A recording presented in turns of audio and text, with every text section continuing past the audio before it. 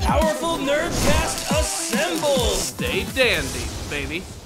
What was old is now new again in an exciting chapter of Boruto, Naruto, Next Generations. That's right, my friends, the battle against the Kara organization continues as Boruto, Sarada, Mitsuki, and Kawaki do battle with the virus-spewing Boro. I know it's been a couple of months since I've talked about Boruto, but I finally had the opportunity to sit down and read both of these chapters, and holy balls are these freaking exciting. It's basically just straight up action, and anybody who knows me personally knows that I'm kind of an action junkie. Whether it's manga or anime or movies, I love myself a good action scene, and the battle against Boro has been pretty impressive to say the least.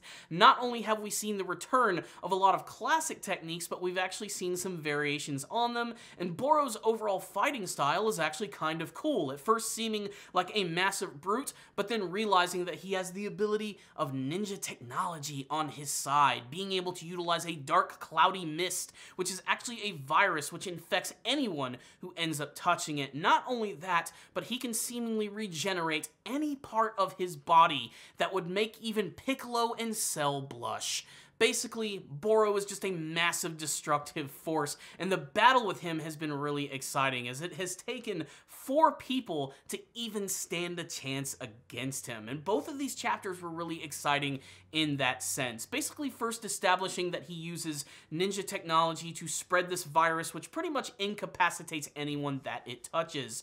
Luckily, through Sarada and Mitsuki, they're able to sort of find a way around this, with Boruto and Kawaki doing most of the physical damage, and Sarada and Mitsuki sort of being the brains behind the operation. I do love that Mitsuki is able to sort of analyze this virus and is able to create sort of antibodies for his friends, which makes perfect sense. He's the son of Orochimaru, a mad fucking scientist, so it makes perfect sense that he would be able to do something like this. And of course, Sarada, being the super analytical one that she is, trying to sort of analyze what it is Boro is doing. And like I said, this guy has regenerative abilities, and they are insane to say the least. I mean, he can get his head freaking decapitated, and boom, it's back in an instant. And the more he gets damaged, the more he actually changes, and the more aggressive that he actually manages to get throughout the entire battle. It's really impressive.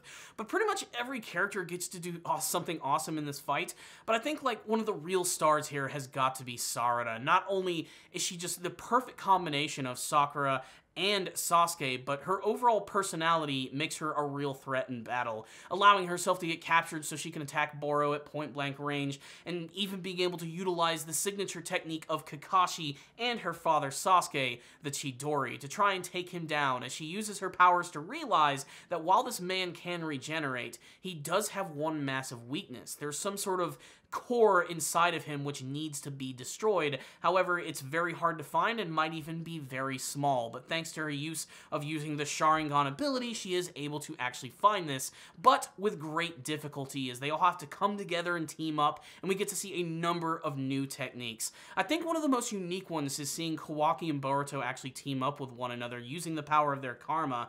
You see, Boruto's always been able to use the Rasengan just like his father, but he's never been able to use it on the same scale as him. However, when him and Kawaki team up together, they can actually sort of like power up each other's abilities. So there's a great scene where Boruto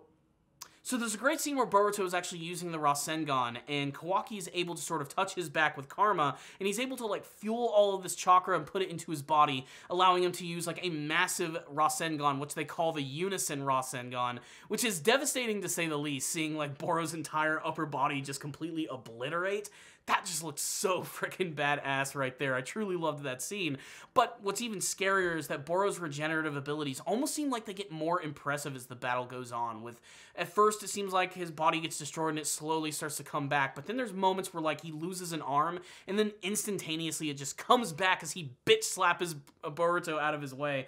It's really impressive, and it just really paints him as this very destructive and very scary freaking monster. I really loved it. But of course, like I said, it was Sarada who ends up utilizing her abilities to take him down with the Chidori, which was really nice. You know, I've said it so many times that she's a combination of Sasuke and Sakura, but this is the episode that sort of fully solidified that as she's utilizing fire abilities, pure brute strength, and of course the Chidori itself. And whether this is going to take out Boro or not, it still remains to be seen.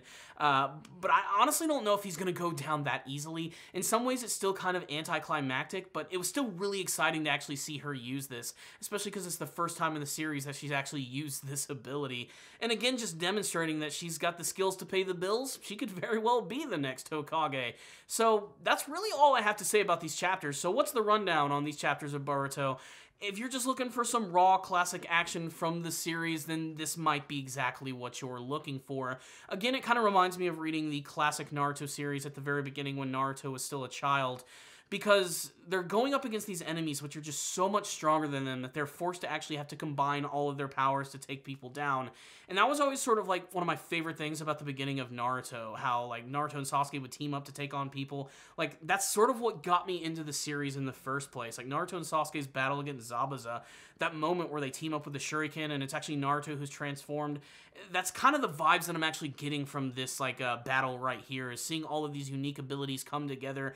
I think that's exemplified perfectly with Boruto and Kawaki with the Unison Rasengan. I thought that that was really impressive, and seeing these characters come together and work together, I think is going to make that eventual moment where Kawaki is eventually going to go against Boruto and his team all that more effective, because we're seeing them really become really good friends and brothers in arms, and then eventually there's going to be something that comes between them and rips that apart. That's always been one of the key things about the Naruto series, and like I said, what was old is new again.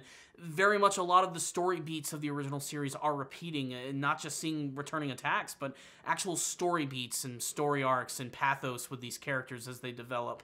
But like I said, at the end of the day, if you're just looking for some crazy action, then I think this just might be exactly what you're looking for. I really liked both of these chapters, and you know, superficially, they were just really exciting to read. I'm always a good fan of action, and you know, getting to see all these characters just excel and do that was great. I especially love the way Kawaki fights. He's basically a Dragon Ball character, where he gets like point blank on someone and just blasts them with like a massive blast of chakra. I don't know, I just think it looks really awesome. There's a great scene where he hits Boro, and you get to see like just his entire top half of his body is the only thing that survives. It's a really great moment and incredibly brutal, and I can't wait to see if the Boruto anime series is even going to return. And I know I haven't reviewed the Boruto anime in quite some time. I am going to come back to it very soon. Now that 2020 is beginning again, I kind of want to get back into the swing of things and getting a little more back on track with my reviewing. I know that it's been very spotty, like over the last 7 months. I've had a lot of big things going on in my life right now, and you know, I've been trying to make those parts really work. And at the same time, I don't want to completely abandon the YouTube channel because I love doing it so much and I love talking about this stuff. So I want to continue doing that. Just know that I'm not disappearing completely. You know, I might disappear for a couple weeks and then come back, but I also have a lot of other big things that I'm working on right now. By the way, if you can't tell, I'm going off on a tangent. I'm currently working on a Patreon review, which is still taking a little while because I have to watch an entire season of something, which is like 30 episodes. I'm also working on something that involves Gundam. That's all I'm going to say about it right now, but it's a pet project, and it's something that I've wanted to do for a long time and do it in like a high quality sense. That's all really I'm going to say on that right now. But let's get back on track. Let me give these chapters a score. Again, as someone who really likes action, I loved both of these. I'm going to give both of them a 5 out of 5. Like I said, a little redundant in some senses, in a sense that we're seeing the return of a lot of classic techniques. But overall, the battle against Boro is really awesome and is sort of really setting the bar for what all the battles against Kara is going to be like. I never imagined that they could introduce another villainous group that would be just as interesting as the Akatsuki, and I'm really liking the Kara organization. I mean, just the fact that they utilize ninja technology alone makes them kind of interesting, and unlike anything that we've actually seen from the series, so I'm all aboard for all that types of stuff. So there it is. That's my thoughts on these chapters. You heard my thoughts. I want to get yours. Tell me what you think about the battle against Boro in the comments section below. Are you enjoying it? Are you not enjoying it? What do you think about Sarada utilizing all the classic techniques of her mother and father, especially that Chidori scene? Is it actually even going to take out Boro?